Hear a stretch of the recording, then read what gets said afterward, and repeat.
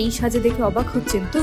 আজ যে গণেশ পুজো, আমি এবার চেয়েছিলাম এবারের পুজো হোক একটু অন্যরকম, অন্য স্বাদে, কিন্তু কি করা যায়? তারপর হঠাৎ করে মাথায় এলো তেজ বেকারির অভিনব বিস্কিট দিয়ে গজানন বানালে কেমন হয়। তাই দেরি না করে আমি বানিয়ে ফেললাম বিস্কিট দিয়ে গজাননের মূর্তি। কেমন হয়েছে? ভালো হয়েছে তো? এই মুহূর্তে শুভ বিবাহ সেটে আছি। শুভ বিবাহতে এই প্রথমবার গজাননকে তৈরি করা হয়েছে বিস্কিট দিয়ে। যেহেতু তেজ বেকারি তেজের কোম্পানি, বিস্কিটের কোম্পানি, তো এইবার সুধা বিস্কিট দিয়ে গজাননের মূর্তি তৈরি করেছেন। এই আমার পেছনে দেখতে পাচ্ছেন।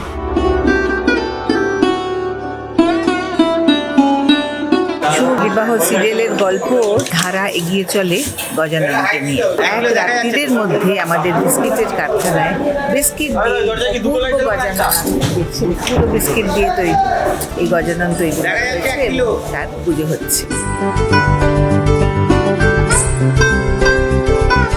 গজাননের পুজো হচ্ছে এবং সুধা বিস্কিট দিয়ে, বেকারির বিস্কিট দিয়ে গজাননের মূর্তি তৈরি করেছে। সেই ছবিতে আজকে গণপতি বাপ্পা মোরিয়া, এই যে দেখতেই পাচ্ছ, কিন্তু এটা অন্যভাবে তৈরি, নানা রকম বিস্কিট রয়েছে। তবে ভীষণ সুন্দর হয়েছে, ভীষণ সুন্দর হয়েছে। কুডোস। দেখেছেন তো বিস্কিটের ব্যবসা, গজাননও আমাদের বিস্কিট, রিয়েল বিস্কুট, সত্যিকারের বিস্কুট। আমার মনে হয় না বাংলা টেলিভিশনে এরকম নতুনত্ব একটা কনসেপ্ট নিয়ে একটা মূর্তি তৈরি করার কোনো সিকোয়েন্স কোথাও দেখা গেছে। ভীষণ ডিভোশনাল এবং ভীষণ স্পিরিচুয়াল লাগছে। আমাদের গণেশ মূর্তি সো ভেরি ইউনিক, এত মিষ্টি একটা ব্যাপার, মানে ঠাকুর এত আপন হতে পারে, একে মনে হচ্ছে যেন আমি এক্ষুনি কোলে করে বাড়ি নিয়ে চলে যাই।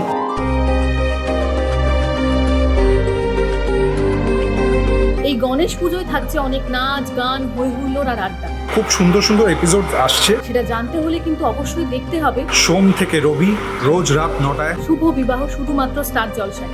আপনাদের সাথে থাকতে হবে কিন্তু।